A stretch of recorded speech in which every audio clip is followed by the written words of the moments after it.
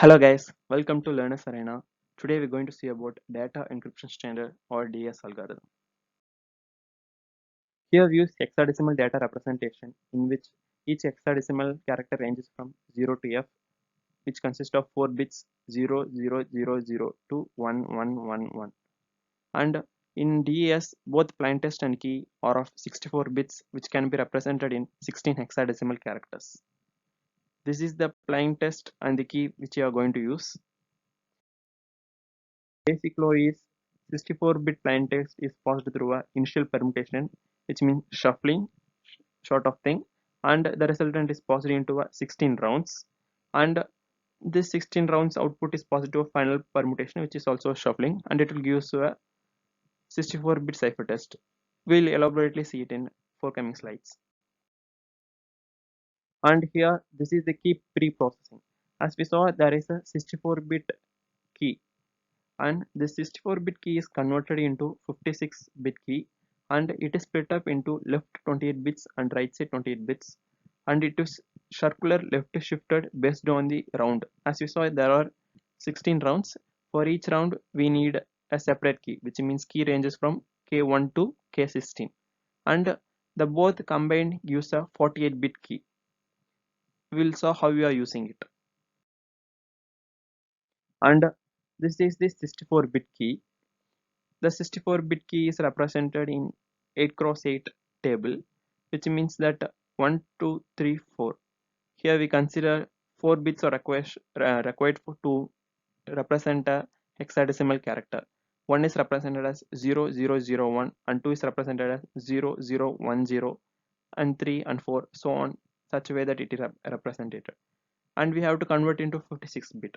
So we consider a parity drop table, which is provided with the DS algorithm. This is the table in which each value represents the index of this existing table, 64-bit table, which means that one means the first bit must be placed here, second bit must be placed here, third here, fourth here, fifth here, sixth, and such a way that it must be placed, the bit values must be placed. And here we will drop 8 bits, which is multiples of 8. All the multiples of 8 bits are dropped, so that this 64 minus 8 gives you 56-bit key. Now we consider 57th position. This is the 57th position and has value of 0, so we place 0. And 58th position has value of 0, we place 0. 59th position has value of 1, so we place 1. 60th position has value of 1, so we place 1. Such a way that we fill this 56 boxes and we get a 56-bit key. And then it is a circular left shift. First we split a 56-bit key into two 28-bit keys, which means left 28 bit or represented like this 00000, and such a way that it was represented continuously, and the right 28 bits are represented here. And based on the round, now we are going to do round 1. At round 1 we have to do left circular shift by ones. Around 2, 9, 16 also only once, and other 3, 4, 5, 6, 7, 8, and rest of all rounds we have to do circular left shift by 2 times. Now as we are doing once, the most significant bit is shifted to least significant bit, and rest of all are pushed 1 bit left side, so that the resultant is this is the resultant left 28 bits, and this is the resultant right 28 bits, such a way that this is pushed here, and the resultant is bit key. Now the resultant 56-bit key is this, and this is passed to a compression table similar to that of parity drop table, which is converted into a 48-bit key. And as we got finally we get a 48-bit key.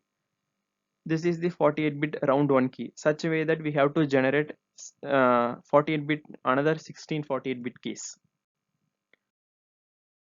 As we saw earlier, we got a keys for 16 rounds, and we did a initial permutation we are gonna do, and later we are going to look into final permutation.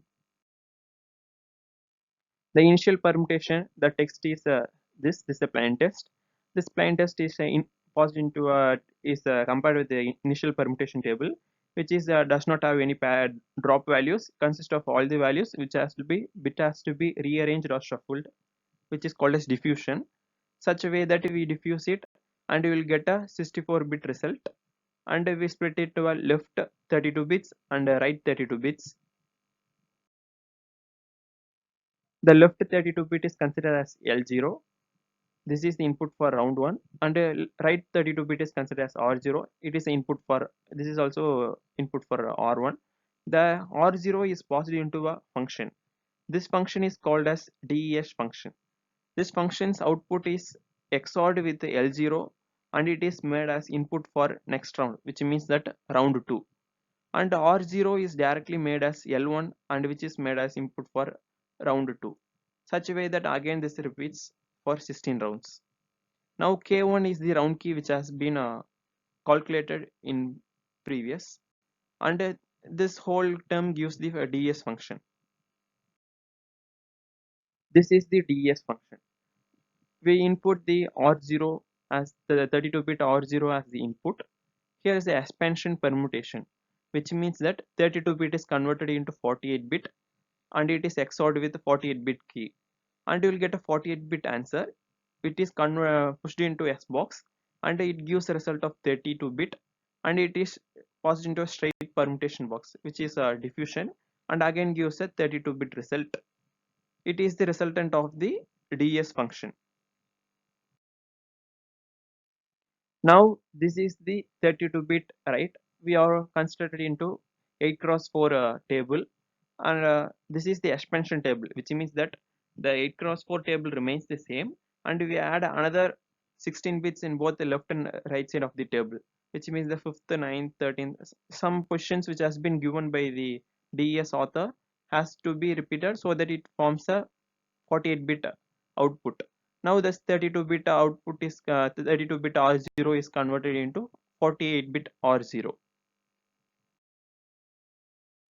This R0 is XORed with the key 1. This key 1 is calculated before, and 48-bit R0 is calculated now. This both individual bits are XORed, means 0 XOR 0 gives 0, 1 XOR 0 gives 1, such a way that every bits are calculated. Now the resultant of this R0 XOR K1 has to be passed into a S box, so that 48-bit is converted into 32-bit. Now this is it consists of 8 entries. Each entry is of 6 bits. Now we convert the 6 bits into 4 bits, so that 8 into 4 it gives the 32-bit entry. We'll see it in next slide. Each entry is of 6 bits. This 6-bit entry, the first bit and last bit are combined together and gives the row number, which means the 2 bits. So the range is from 0 to 3. So row number exists from 0 to 3, and remaining 4 middle bits gives a column number. Is of 4 bits, so it ranges from 0 to 15, and it gives the column number. And since there are 8 entries, for first entry we consider S box 1. The author has given us 8 X boxes, and based on the X box number and the row and column number, we have to find the value. Now, we got 8 X boxes. Now this we consider this is X box 1, which means the first entry. Row number is 3, column number is 5, which gives the value of 9. Here all the values ranges from 0 to 15. So their value is 9, which is binary representation 1001. This is the 4-bit output from a 6-bit input. 8 X boxes like this for 8 entries. For first entry you have to use first X box. For second entry you have to use second X box. We got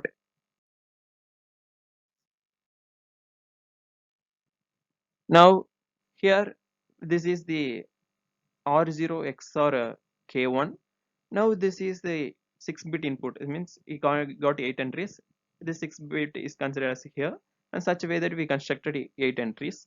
Now they combined this 0 0 gives 0 and rest of all gives 13. So 0th column 0th row 13 column gives value of 9. Such a way that we found all the values and we constructed a 4-bit output. This 4-bit output is combined and we bought a 38-bit output. So we constructed a 48-bit input to 32-bit output. This 38-bit output is now straight permutation, which is short of initial permutation. We are diffusing the terms based on the indexes, and the bits are changed. This is the final DS functions output.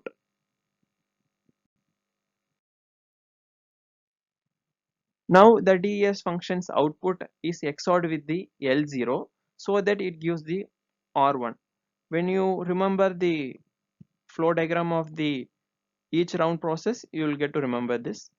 And this is the DS function's output and XORed with the L0.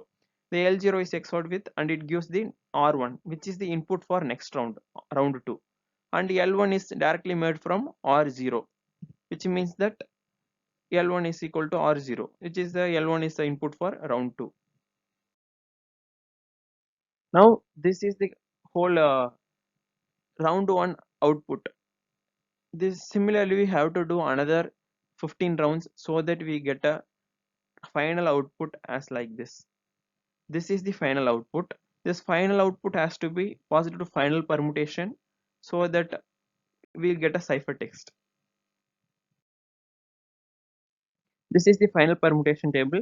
This is similar to initial permutation table. Here the bits are rearranged or diffused so that we get a ciphertext. This is the ciphertext. We combine it together, 4 bits as together, and we get a hexadecimal 16 character hexadecimal ciphertext.